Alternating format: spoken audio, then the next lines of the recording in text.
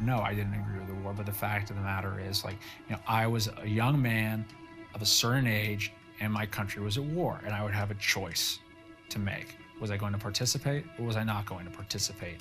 And I would remember that choice for the rest of my life.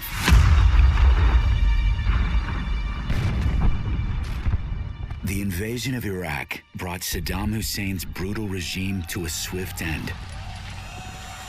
What followed was a storm of chaos, out of which an insurgency was born. There were Iraqis, of course, in the insurgency, but there was a lot of foreigners coming from all over the Arab world, even from other non-Arab countries, even from the United States, from France, Europe. Among those vying for power, one Jordanian man stood out. His name was Abu Musab al-Zarqawi. Al-Zarqawi is a product of the Jordanian prison system, who had a dream of establishing a new caliphate, and he was bound and determined to do it. After America disbanded the Iraqi army, Zarqawi built one of his own, drawing thousands of fighters from inside and outside Iraq.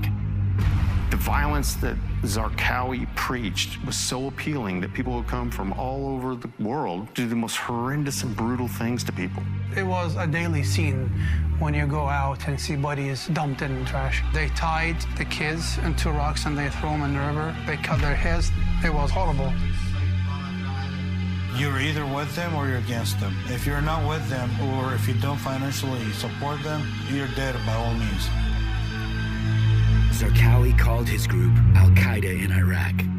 Today we know them as ISIS.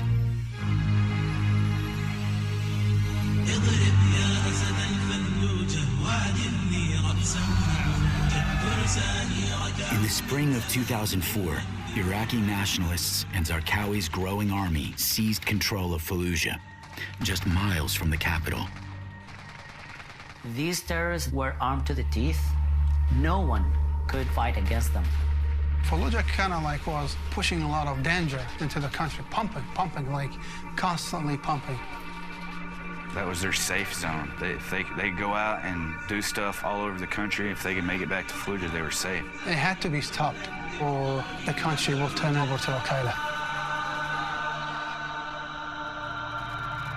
By October of 2004, Iraq's prime minister ordered civilians out of Fallujah so Iraqi and coalition forces could retake the city.